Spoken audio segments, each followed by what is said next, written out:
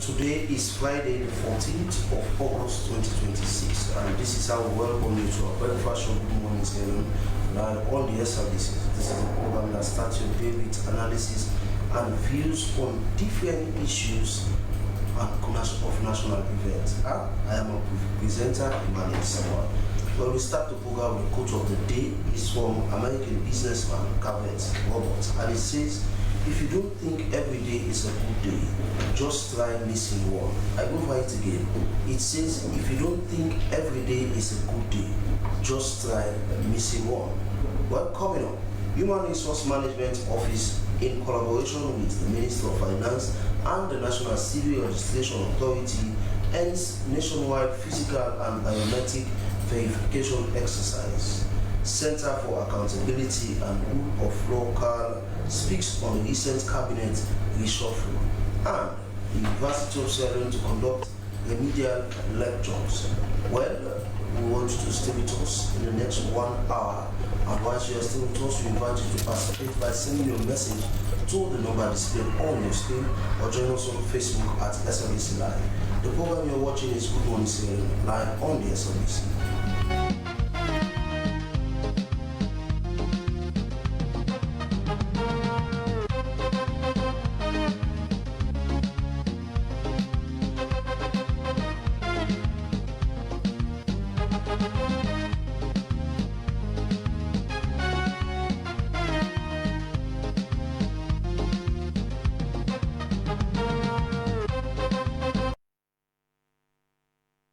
The program you're watching is Good Morning, Leone, live on the SLBC. We start the conversation proper to our first headline story. The Human Resource Management Office, HRMO, in collaboration with the Ministry of Finance and the National Civil Registration Authority, NCIA, conducted a nationwide physical and biometric verification exercise to eliminate ghost workers and sanitize the public sector payroll in Leone.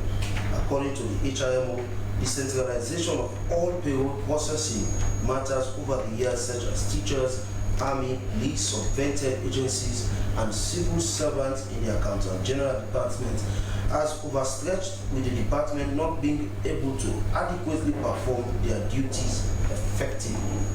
In order to address some of the challenges, such as wrong work location, wrong NACIT, NIN, date of first appointment, date of current appointment, wrong salary grade, etc., an accountability mechanism is needed, and this has necessitated the adoption of the biometric and physical staff verification that will address and establish a secure and reliable identification system. Well, to talk more on this, we have been joined in the studio by the Director General of the HRMO, Dr. Ansu Toka. Good morning, Dr. Toka, and welcome to Good Morning, Leone. Good morning, Mr. Samora. Thanks for having me. And just entirely, I gave just a synopsis as to what this exercise is all about. And from the horse's mouth, what really pushed you guys to say, okay, let's do this verification exercise? Okay, first, to set the record straight, this is actually an exercise by the Human Resource Management Office in collaboration with the European Union, not NCRA and Ministry of Finance, as you stated in the prelude. It's part of the support that the European Union is giving to the governance sector, and specifically civil service reform. First of all, the impetus for undertaking this exercise is based on the fact that human resource auditing is part of the work of the Human Resource Management Office. And as you know, the payroll constitutes about 55%. It takes 55% of our domestic revenue. And there's an adage which says that you put your mouth where your money is. So there's need for us to see that there's value for money and that the people who pay are actually working. And of course, as you know, we have the medium-term National Development Plan and the 5 game changers, and the 5th one talks about revamping the public sector architecture. So that requires us to modernize, to increase accountability, to digitize. And so I'm speaking to you, we've introduced our HR Hub, Human Resource Hub, which is a digitalization of all our personnel information system. So in order to improve the credibility and reliability of the data we're going to input into the system, We thought it wise for us to verify. And of course, again, I have to make it clear that this verification is for the civil service component. It does not include other employing authorities, like the teaching service, the police, the military. They are not part of this exercise. It's a civil service, MDS. We handle the MDS payroll. So that's what we are looking at. And it also includes the fire force and the correctional service. But again, we see that we need to improve our information system, because if you put garbage into the system, you're going to get garbage. So we have to clean up. We have to ensure that the grades are correct, people are correctly paid. Because in the civil service, your grade relates to the salary you get and the position you hold. For example, if you're a reporter, you're, for example, grade 5, there's a salary for grade 5. You cannot be a reporter on grade 5 and then you earn salary on grade 8. I mean, that's unacceptable. So we think this exercise is going to improve the credibility of the payroll system. It also provides us the opportunity to actually feed information to the HR hub that is credible and that is correct. So, I mean, in brief, that's the purpose of this payroll exercise. So, is the exercise, have you completed all of it? No, it's ongoing. We have done the exercise in the regions. We completed all the 14 districts, went to all the districts, we completed that. And we started the Western area exercise on Monday. But as you would know, I mean, the bulk of the workforce is in the Western area. So as I speak, out of the workforce of about 25,000, we've done about 17,628 as of yesterday. So the exercise is supposed to continue, because if we have to capture all the data, it means we have to extend. Normally we plan on doing it for just a week, but we realize that the workforce is quite huge, and then of course the verifiers we have out in the field also, I mean, they are making use of the available resources. So we decided to extend the exercise to next week. We're going to do it for another 1 week. So by that time, we hope to have actually captured all of the workforce in the Western area. So when you say this is a human resource auditing exercise, what are some of the things that you're looking out for when you bump into any MD to say, okay, I want to come and audit your HR, everything? What are some of the things you're looking at? Well, first of all, is to identify you. You say you're Mr. Samura, you're an interviewer, you have to know that yes, Mr. Samura works for SABC, he was employed. This is the job is supposed to be doing, and that's the job that's in our record. You have to verify it first to ensure that we look at your NACIT card, or NIN, national card, the NCRA card, or your passport or driver's license. Those are the first documents you have to produce to ensure that you are the person coming to verify. Nobody's coming to verify for you. So people that are on the sick list, those that are on study leave, authorized absences, there have to be records to support that your absence is authorized. So once you appear for the verification team, you check. Because again, the purpose is to actually, we have introduced a system where we are paying the end of service benefits to the salaries. The monitoring you recall that public service had been plagued with this issue of access to end of service benefits when people retire. In some cases, people pursue the issue of getting their benefits in the event some of them will die without accessing it because of the bureaucracy, the red tapeism. In some cases, they don't have the documentation. So this process is supposed to now verify that Mr. X entered service on this date, and at the time of verification, this is his position. So in the event of your separation from the service, the calculation is very simple. According to the Finance Act, it's the number of years you spent multiplied by your gross salary. So this verification process is going to help us to actually make sure that this process, we started it in 2024, but we are moving very slowly because of the manual way we have been dealing with our records. But if we digitize, create the HR hub, we verify, we now have current data. So when people retire, it's now easy for us to pay their end of service benefits. So people don't have to be running up and down to find papers, go to the ministry. They don't even know where to start in the first place. So, Dr. Stoker, what is the relationship between HRMO and that of NCRA and bad candidates? Well, of course, NCRA, they keep the data. They have the national register. I mean, when you are born, that's where you register, and when you die, that's where you also register. So they keep data of all Sierra Leoneans, including foreign nationals. I'm asking this question because when you talk about sanitizing the payroll system to identify ghost workers and all of these sorts, and even when someone dies, when you go for a death certificate, they take note of your NI. So I'm asking if your system is not synced with that of the NCIA to know that, there's an individual who has passed away at the SLBC and a system has notified us that one man is down. Well, we don't have that kind of direct link seamlessly because we are using the CSM bureau system, as you know, but we have also relied on data in some cases for the NCRA. Because they register people who die. So as a matter of fact, the NIN now is becoming the vogue. Every Sierra Leonean is supposed to have an NIN. And once you have an NIN, it's also easy to identify somebody. So definitely, that's the goal. Eventually, we need to have data integration so that the data in the payroll speaks to the NACIT, it speaks to the NIN. Currently, as I speak, of course, all employees in the civil service, the public service, have an NIN. If you don't have an NIN, you will not be included in our payroll system. So that's the link. And of course, the issue raised about connecting and making it seamless. These are some of the objectives of having the HR so that it becomes a seamless integration. So earlier when you were talking, you said it is a physical verification exercise. So what becomes of those whose office say, okay, they're on sick leave or maybe they're on study leave? Because you said when your personnel reach in any office, you will have to ask for about certain documents, their passport, their license, and their employment letter, all of this sort. So all of those people who present all of those things, these are the names that you personnel will capture in their system, saying that, okay, we verify Mr. XYZ.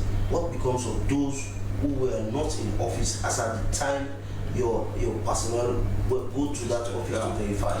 Yeah, I think I made that also clear that as long as your absence is authorized, you're on approved vacation leave, study leave, sick leave, then definitely you cannot be struck off the payroll because your absence is actually certified.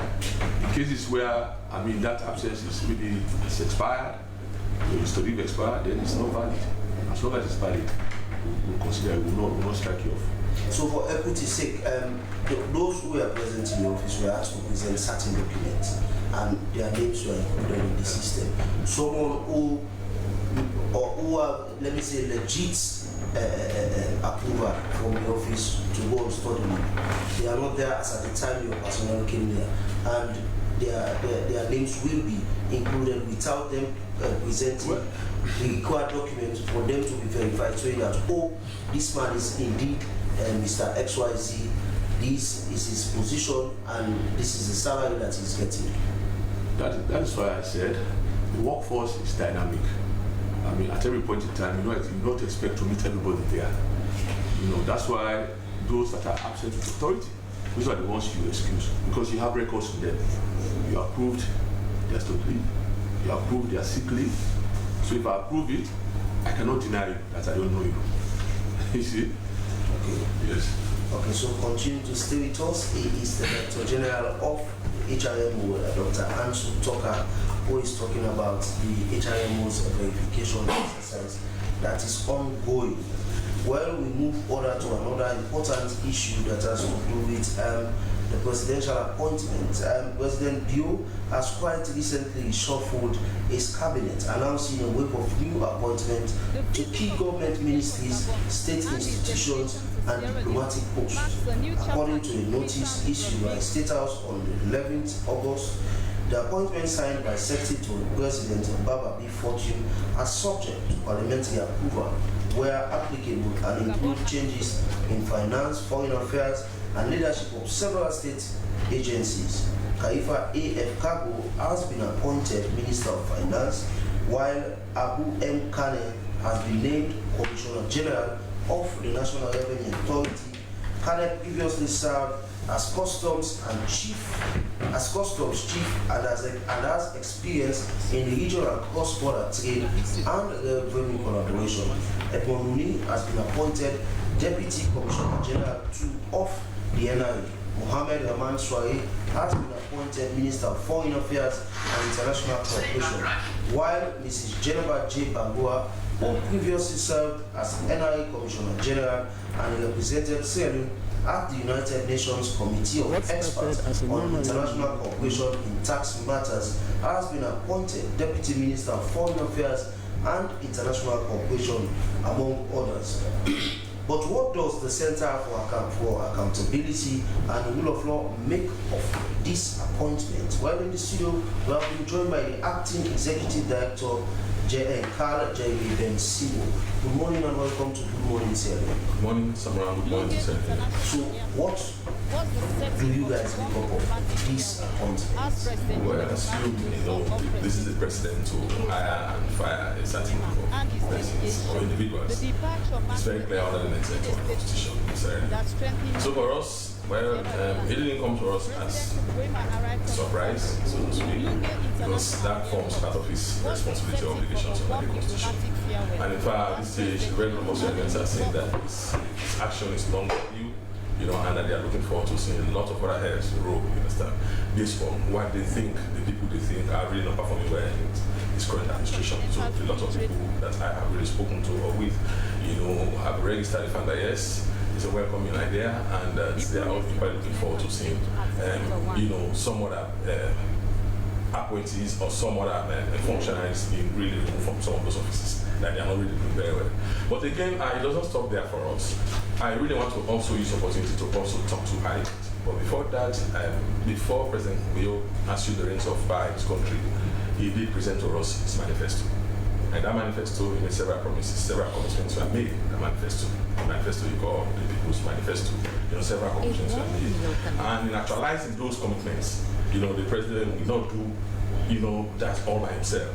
It has to be done, in a collective order, as by bringing other people to support his aspirations or his dreams. So if those people are not performing very well to the expectations of the president, I think they need to. You understand? And now I want to use the moment to call on Parliament, because as stated earlier on, those are just nominees. He has just nominated those ones, and they're now required to appear before Parliament for interviews, vetting, and whatever. And the Parliament have to approve them, and then become substantive heads of those institutions. So at this stage, I want to call on Parliament to at least, do thorough vetting. Really do thorough vetting, and not just to really pay much more attention to just the academic credentials of those appointees and other appointees that are yet to come, but let them really pay much more, which is not to say they are not doing, but really want to encourage them to be doing more of those now, pay much more attention to not just the academic credentials, but even the attention to the experience that some of those appointees may have. Because if they are not coming in with very, very good experiences, they are not coming in with very good actions, you understand, then meaning they will not be coming in with good action, or they will not be coming in to develop the MDAs or the MDAs that they will be required to head at the end of the day. And now, if you say Station 1, for example, there are some people who are currently in post who are now much more busy, promoting or advancing their own political interests and not the agenda of the presidency, having their own agenda in the agenda of the presidency. It should become a very serious concern to not only the presidency, but to even civilians. Because the losers at the end of the day will be who? This how people. Because if we are in a situation where we're afraid to get effective service delivery from those heads of those MDAs, the people will get to suffer in all of that at the end of it all. So that's why it is concerning to us that people are really saying, yes, this is long overdue, and that they really want to see more heads roll along the line for those who are not really performing. So, Jeremy, whilst it is the constitutional powers that was bestowed on the president to make appointments where necessary, even in other jurisdictions, you see when the president makes appointments, there's whole people who talk about the caliber of people, the individuals that have been appointed by the president to deliver in certain positions. And looking at this new appointment that the president has made, you have some reservations on some individuals that the president has appointed in some position which you want Parliament, because as a CSO, it's also your responsibility to guide Parliament on some of these things that are which you want Parliament to deep dive into those individual experiences and credibility before even making their judgments. At this stage, no, I don't have any. At this stage, no, I don't. But remember, they will be attending Parliament, they ask for Parliament to collect forms that fill and appear before them eventually for interviews, and eventually approval. So they will be submitting all of their necessary documentation to Parliament, and Parliament will interview them in due course. So at those interviews, I really expect Parliament to really deep dive, to go deep down. You understand, to ensuring that yes, they are right, they are the right persons for the jobs. If they are not, then let them reject them. So the president will now be asking him to appoint, to nominate another group of persons or individuals. That's what I'm seeing here. Which is not to say the current group of persons that are being nominated by the president are not right enough for those jobs. That's what I'm seeing here. But I just want to advance my reasons, you understand, to Parliament that hey, you really need to be vetting people very well for those appointments. Because if you don't vet them well, you just rely on their academic credentials and allow and approve them at the end of the day, they will come back again and don't perform very well. You understand? They will be replaced by some other persons. You see, so that's my argument here. And if they have their own agenda in the agenda of the president, it becomes something difficult for us. Because as Serenians, we are looking forward to receiving effective service delivery. My brother here stated, the doctor, the DG earlier stated that they are doing the civil service wherever because they want to really promote effective service delivery. So as Serenians, that's what we are looking forward to seeing. So as an institution, that's what we are also promoting. Because if you keep appointing people who do not perform, it becomes a burden on the people that they serve. You understand? So at this stage, we encourage the president to at least continue appointing people of substance, and for Parliament also to do thorough vetting on those appointees. In a situation where they are not good enough, they don't meet the standards of the day, then let them reject them. So the president will be tasking them to appoint another people, because that's what we are looking forward to seeing. But where you have people, for example, it's good that the HIMO is really is undertaking this exercise of going around the country looking at civil service to try to really register those active ones. Because if we have a very bad civil service space, for example, we don't expect much development. We don't expect much. We don't really expect to be receiving effective service delivery, because those who are the pioneers of those activities, of those actions, are not doing very well, are not fit for purpose, are not paying much more attention to the jobs that they are required, they are being paid for. It becomes a serious crisis for our nation. So, Jamie, you are making this call to Parliament. If my memory could serve me right, my memory could serve me right, the only time that Parliament, has rejected a presidential nominee was during, I think it's Pakaba's regime, and since that time up to now, up to the current regime, we've never seen any situation where the Parliament has rejected a presidential nominee, looking at the background of the individual, the experience and integrity. Do you think the Parliament, because the appointments, the acceptance of presidential nominee is just a simple majority vote, do you think the appointment of presidential nominees, this call that you are making, the Parliament will heed to your call and do the needful? Yeah, I accept that to a very large extent, but I also want to say something in addition to that. That during the first term of President Leone, I think rejection, somebody was rejected, I think for the position of an ombudsman. You understand, that was also accepted during the first term of President Leone. Parliament did not confirm that person. You understand, so President Leone was asking him to re-nominate another person. So what I am saying here is this: Parliament is an arm of government. They do approve. They have the responsibility to approve the presidential appointees. So at this stage, first, let them detach parties and politics from the appointment or approval. Second, let them also detach regionalism or tribalism or favoritism from those engagements. You understand? Because if they do, then they are not doing well for the people who elected them and their representatives. So that's why I am now calling on them on behalf of the entire people's country, that going forward, you understand, let them really enhance that, which is not to say they have not been doing, but we really want to see a situation where they now enhance that. Let them really deep dive right down through, not just to bank largely on the academic qualifications of those appointees, but then also look at experience. Because if they are going to keep putting square pegs in round holes, Why would you expect at the end of the day? You receive false service delivery. My brother stated earlier that when you give garbage, the same garbage that you give is what you receive at the end of the day. It becomes the end product. If the product is not good, then you receive the wrong product at the end of the day. So we are saying yes. For the president, he has the responsibility, the constitutional responsibility to appoint and also dismiss people to certain positions. Okay, so continue to stay with us. He is the acting executive director of Carl Jeremy Bensimbo, giving his own opinion on the presidential appointees, calling on Parliament to really vet those presidential nominees. Well, viewers, we switch there. We go over to another issue that has to do with education, and this specifically is for the University of Sierra Leone. Well, the University of Sierra Leone will be holding remedial classes for English and Maths specifically, and well, we have been joined in the studio by Dr. Tonia Musa to talk more on this initiative by the USL. Good morning, Doc, and welcome to Good Morning, sir. Good morning, and thanks for having me. And Doc, when I saw that flyer and other materials coming out that the University of Sierra Leone, specifically FBC, will have remedial classes for especially people who apply into the university to undertake maths and English, I was confused because I don't know, why did you guys decide to say, okay, let's do this? Well, part of our functions as a university is community service, and what we are doing now is part of the community service. You are aware of the fact that we have applicants who might have passed English as well as mathematics, where possible even with A1, English A1, mathematics A1, but then we think they need some preparation to enhance their efficiency in the university.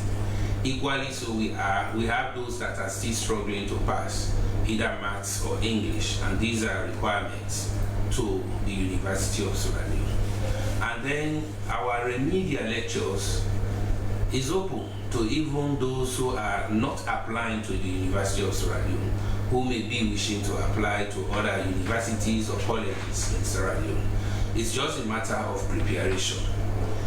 Bear in mind that we have had people, for example, with A1 and in mathematics, and then they come in for our application, and during interview, some might have suggested to study other disciplines in humanities instead of pure and applied sciences or even engineering, but then they have A1 in maths. So when you ask them, why didn't you choose, engineering or course in pure and applied sciences, he or she might reply, I have the results, but really I want to do peace and conflict studies, or I want to do social work, and as the case may be. But your background here is very good, and then we think we really need more people in sciences or engineering. He or she may say, no, I have the result, but I'm not strong enough. So what we want to address now is that subcap measure, as a way to ensure that there is confidence and then there is improvement after even having your A1 in maths or A1 in English, as the case may be. And then equally we have those who are struggling, to get to the university because of English or maths. Their challenge may be as a result of the secondary school. The school, some of them find themselves, they don't have content experts. What I mean by that, somebody teaching English, but with the background of the individual is religious studies or theology, or somebody with philosophy. Just because the individual is a graduate in the school, he or she might be asked to teach English.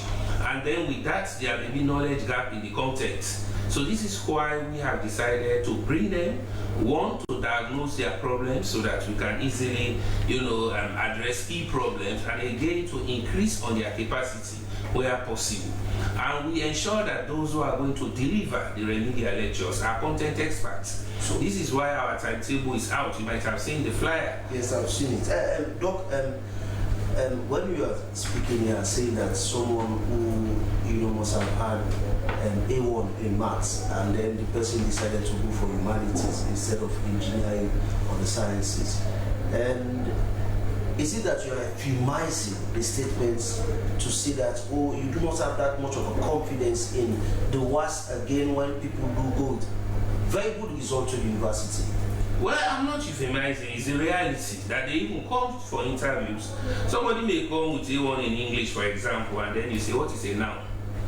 And he or she might bow his or her head for some seconds and then look at you again.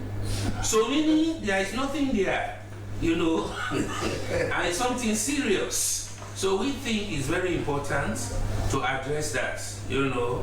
I'm not saying in any way, you know, we are actually questioning their results, but then we have concern about their performance after having the results. So this is why as a university we are saying, whether you have passed or not, or you are struggling to pass, come for these remedial lectures for 6 weeks, which I think will re-emphasize or reinforce your capacity.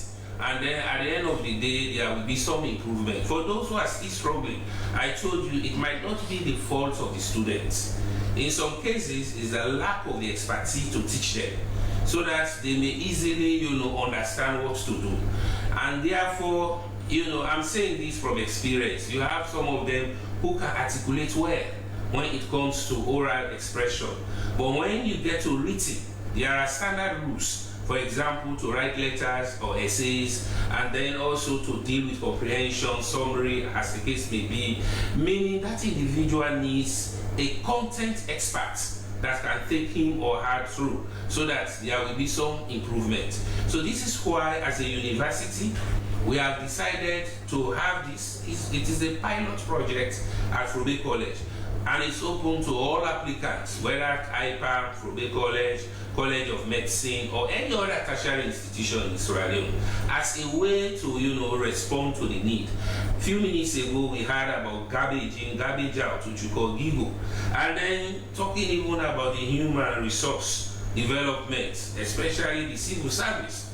We are the bedrock. We prepare them. So this is why if we have to actually address the issue of human capital development, human resource in Sierra Leone, as the case may be, the university is very pivotal. Going also to the argument about nominations and the approval of nominees, there was some question on competence, and that borders on their preparation in the university or tertiary education. So this is why, as the premier university, we deem it very important to respond to these national needs by way of encouraging parents and even their, you know, wards of students to apply, and then let them come and attend the remedial course meant for English as well as mathematics, so that they can improve their capacity. So, Doc, for that individual who is not, let me say, is not in SSS, who has not even attempted the WAS exam, but this individual has seen this opportunity, so okay, let me apply let me be part of this remedial class. The people that will be giving out the lectures or the teaching, do they have that? Let me say, they may be content experts, but there's a slight difference between how they lecture in the university and then teach people who are in schools. So do they have that experience to teach these individuals, saying that they are not yet in university, they are still going to school? Yes, I mean, the environment is different, but there is commonality between the two environments, and that is called pedagogy. In teaching, we have what we call pedagogical approach, which is different from the didactic method. In this case, we start from the knowledge you have, what you already know, and build on that knowledge. We also emphasize on sharing instead of supplying. What do I mean by that? Before now, I may go into the classroom and then I will stand there, deliver everything from either the literature I might have read or what is in my head. But now we say stimulate the learner and then have conversation with the learner. Experience sharing with the learner will enhance better understanding and confidence. So going to the university, for example, to have conversation around a topic like noun, instead of just saying, like it has been, a noun is the name of a person, animal, place, or things. Even somebody in class 2 can say it. But how conscious is that? So meaning going down to this level, for example, we say the key understanding of noun is name. And name can be to person, name can be to animal, name can be to place, then you begin to understand that the pivotal understanding of now is all about naming things, persons, and how that name may become proper, common, as the case may be. So we think going to the university there, and then you have language experts that will be actually talking. You know, the challenge we have had recently is that most of those we even train in the university now do English, honors, or specialize in English. They end up going for law. And then it means we are still going to have little or no space for people to teach English in secondary schools. Unfortunately, the arrangement again, you know, where we had HTC training people in Mitimagai and other colleges to do HTC in language arts, as the case might be. As we speak now, most of the HTC programs are undersubscribed, including TC. So meaning if we are not even going to address that 2 or 3 years from now as a nation, we might not have specialized people with graduate, degrees or diplomas to actually teach certain subjects in secondary schools or primary school. So this is why we as a university, we deem it necessary to have this remedial course, bring students on board so that we refresh them, and then those that are finding things difficult, we can improve on their preparation. Okay, so continue to stay with us. It is Dr. Tonia Musa from the University of Sweden who is talking about the USL's remedial classes. Well, we go back to the health tips. In today's health tips, we take a look at exercise for your brain. Exercise is good for your body, but have you ever thought about what it can do for your brain? That's right. With every step you take, every mile you pedal, or every lap you swim, you're enhancing your cognitive fitness. Well, let's watch this video and learn.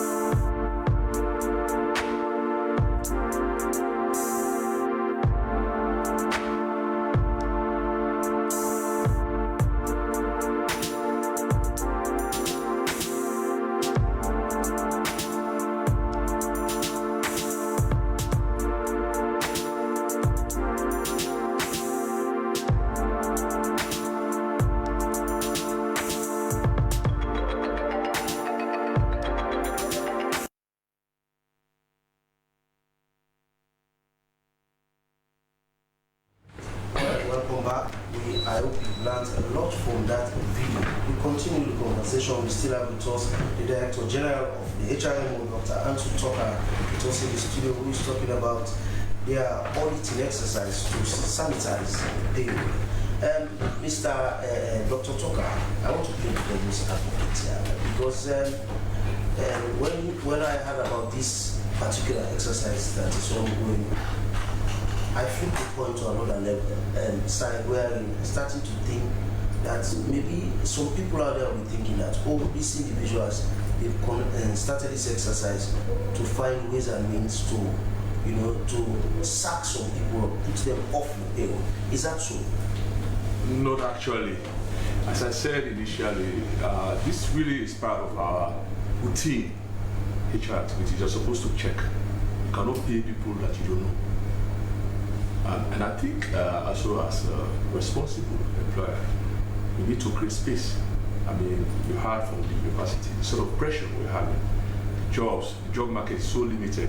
Government employees is the largest single employer, I can tell you, because our private sector is so contracted. So this should create a space. I mean, also for us, we should be able to plug up the leakages.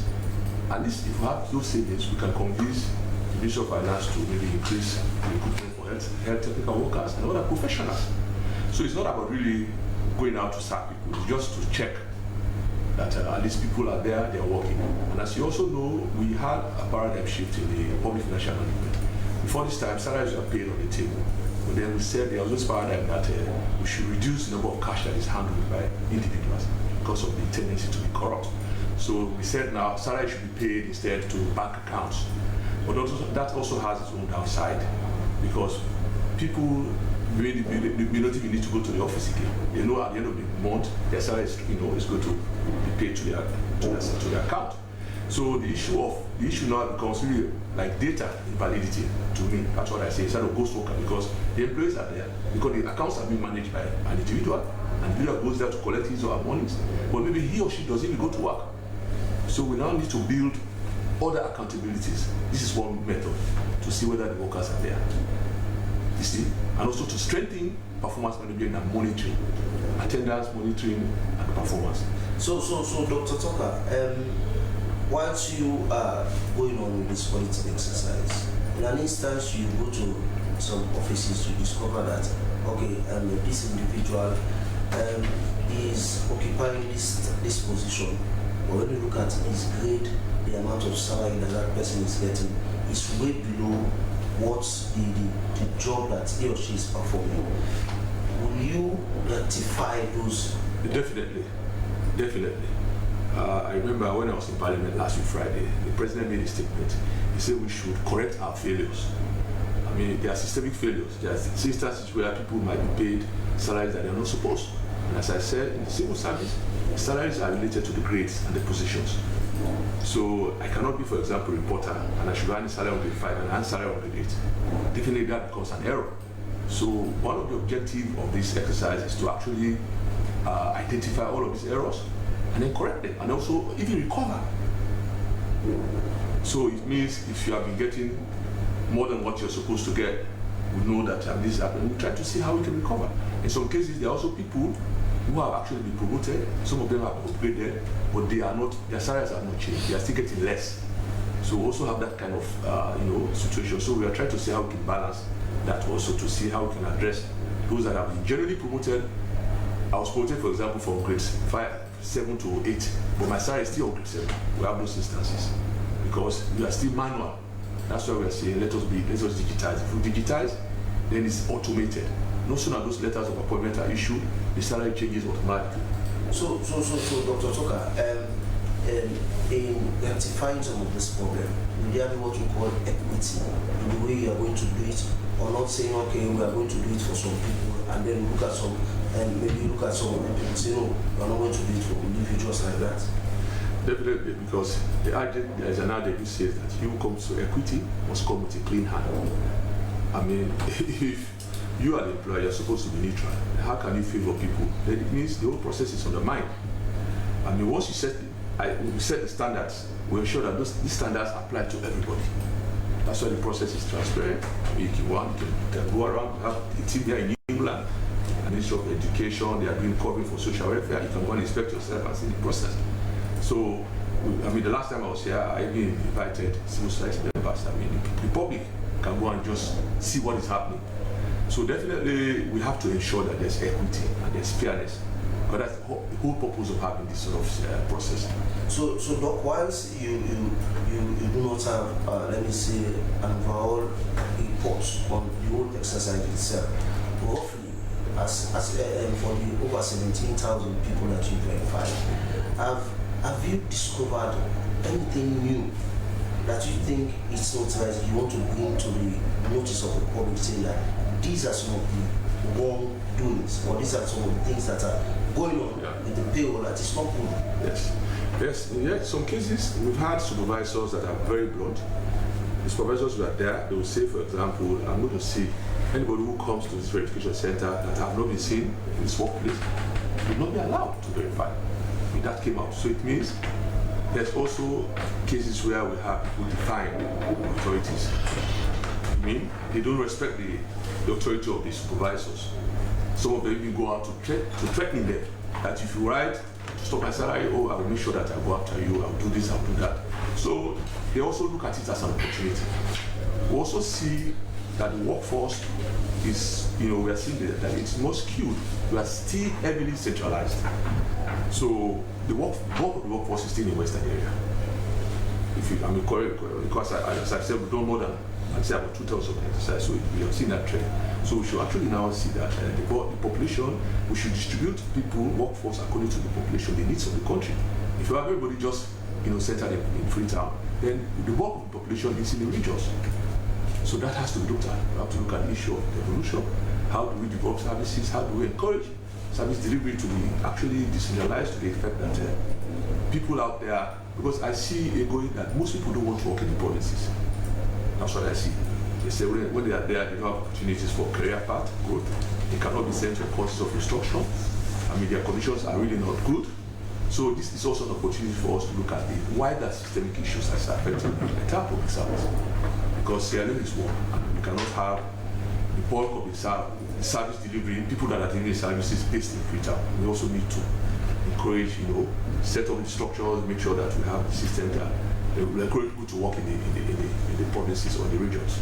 Okay, so thank you very much. He is Dr. Ansu Tucker, the Director General of the HRM, who has been talking about the auditing exercise that they are that is ongoing to sanitize the payroll.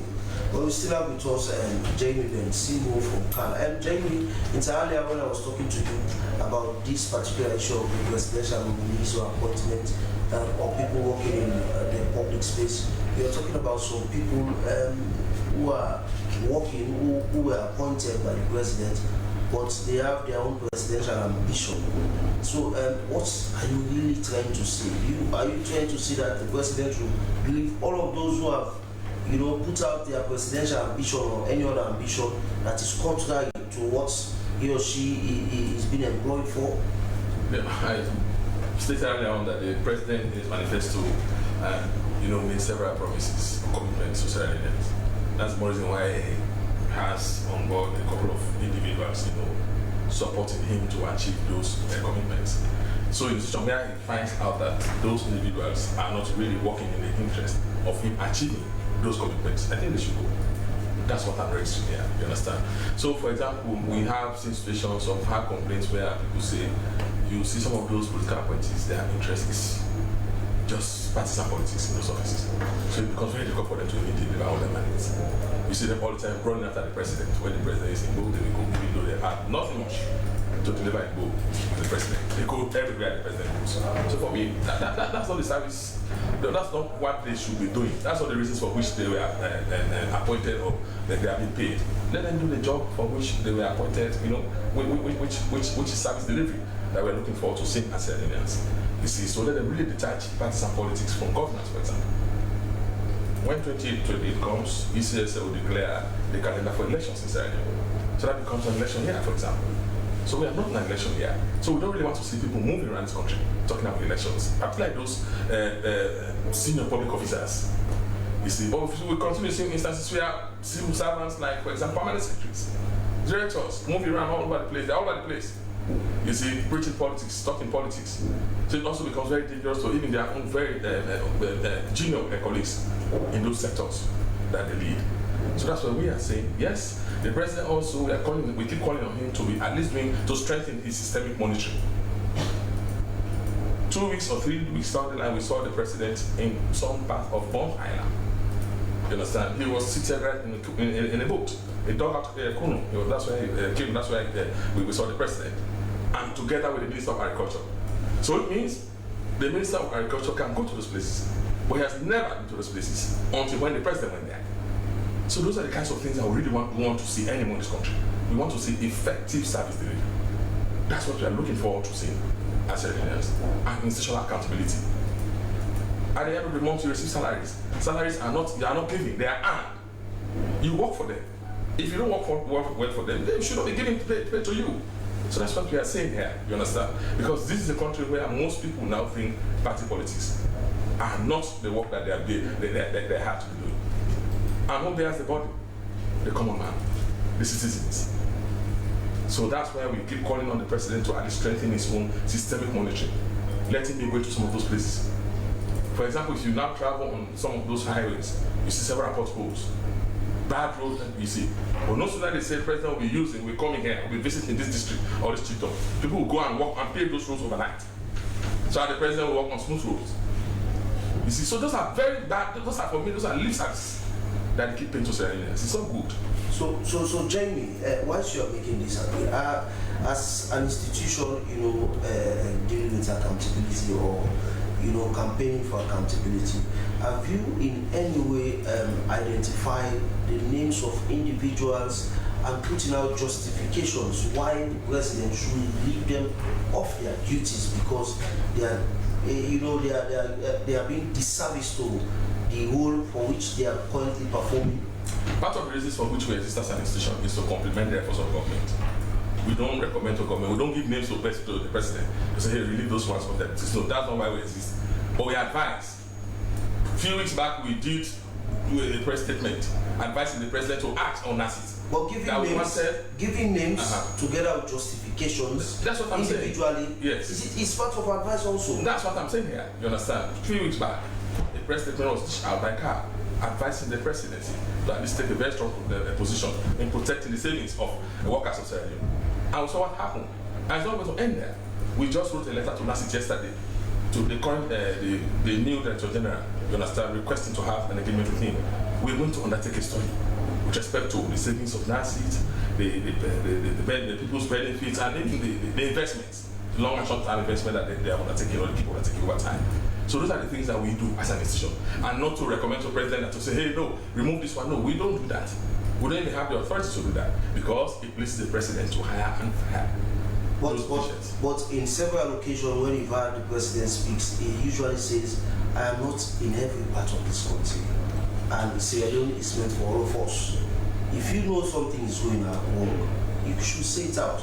So as an institution, that's what I'm saying, as an institution who is working on accountability, you know that these, or if you do not want to mention the names of individuals, mentioning the institutions, giving justification saying that these guys are doing disservice to this nation, or your president, or what is in your manifesto. Have you ever done that?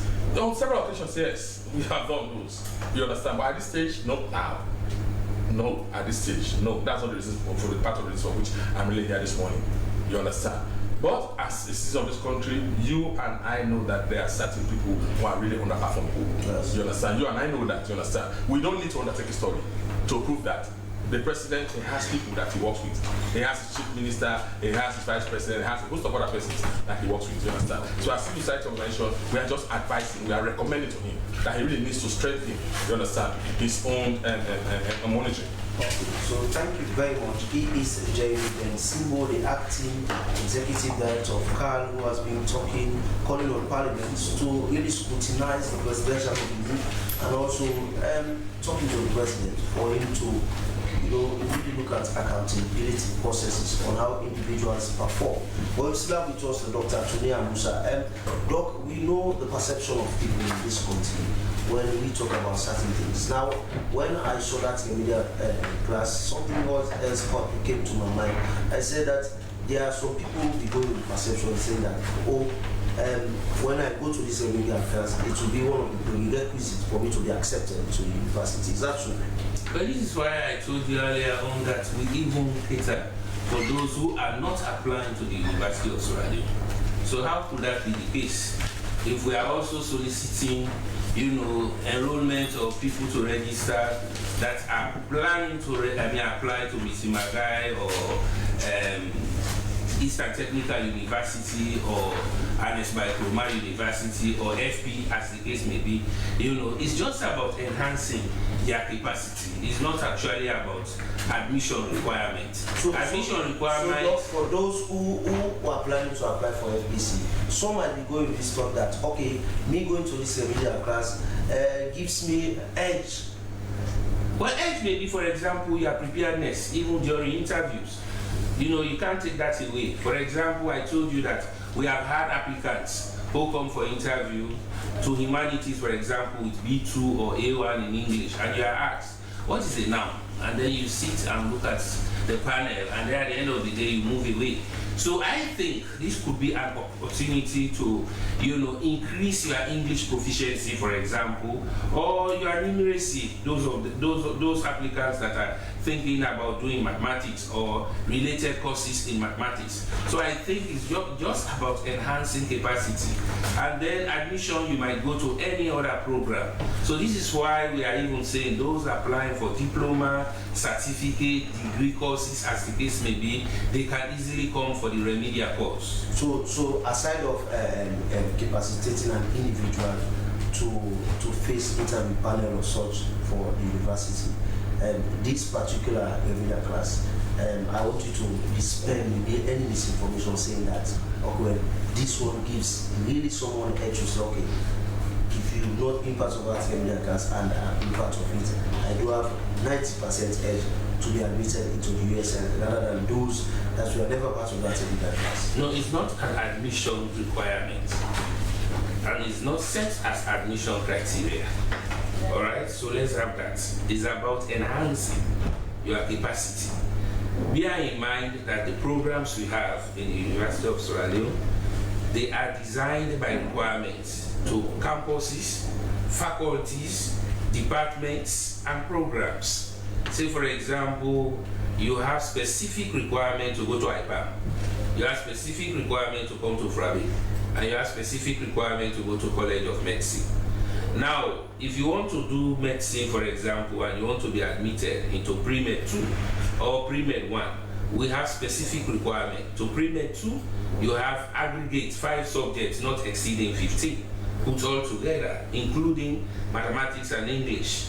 And then, whether you attend the remedial class or not, you are required to have that requirement to do Pre-Med 2 or to go to Pre-Med 1 or to come to FRABE College to read law. So no matter what you want to do, there are specific requirement sets. Okay, so thank you very much. It is Dr. Tonia Musa from the University of Sierra Leone who has been talking about the remedial classes that they will be conducting. Well, we flip the camera to another segment in this Good Morning Sierra Leone show, which is the review of the headlines of our local tabloids. I start the ball rolling where the Awareness Times newspaper that says cyber security chief sounds alarm over online scams. At their party's headquarters this morning at 10:30 a.m., APC calls nation on constitution and drugs menace. Parliament summoned. Presidential nominees face 17th deadline notice. These stories plus more you find in the Awareness Times newspaper. The next one I have here is the Independent Observer newspaper that says 61 ASLAP officers to train in China. While Dr. Ibrahim Bangura represents Sierra Leone's necessary reconstruction, TC approved Central University Graduate School with 6 master's degrees programs. This story plus more you find in the Independent Observer newspaper. And the next one I have here is the A to Z newspaper that says presidential spokesman highlights Sierra Leone's democratic gain. VP Jallo to embark on regional tour to strengthen decentralization and local governance. Tourism Minister urges citizens to explore Sierra Leone. Parliament suspends JM mining inquiry. These stories plus more you find in the A to Z newspaper. And the final one I have here is the exclusive newspaper that says Samoa Kama breaks silence. No time to waste. DIB urges Sierra Leoneans. APC to drop bombshell today. These stories plus more you find in the exclusive newspaper. Well, viewers, we must remind you that the views read there, they do not reflect the views of their service. We are merely reviewing the headlines of our local tabloid. Well, this is how the world curtains of today's edition of Good Morning Sierra Leone.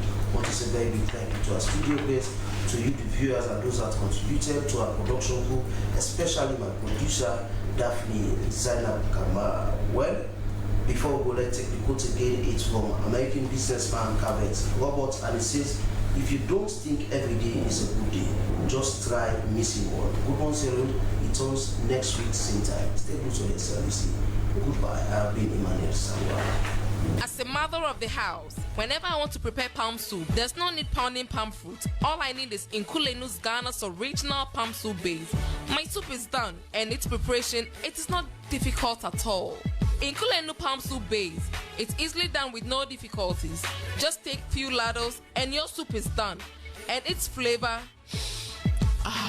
it's amazing. This is Nkulenu's Ghana's original palm soup base. And this is Nkulenu's Ghana's original spiced palm soup base. Iron fruit and turkey berries are naturally added. Also available brown gold natural cocoa powder, sunny gold brown sugar, neat fufu flour, shito, pisa, and moringa. All available at Nyami Ado Enterprise, 1 Lower Waterloo Street, Freetown. Nkulenu palm soup base. Ghanaian original taste.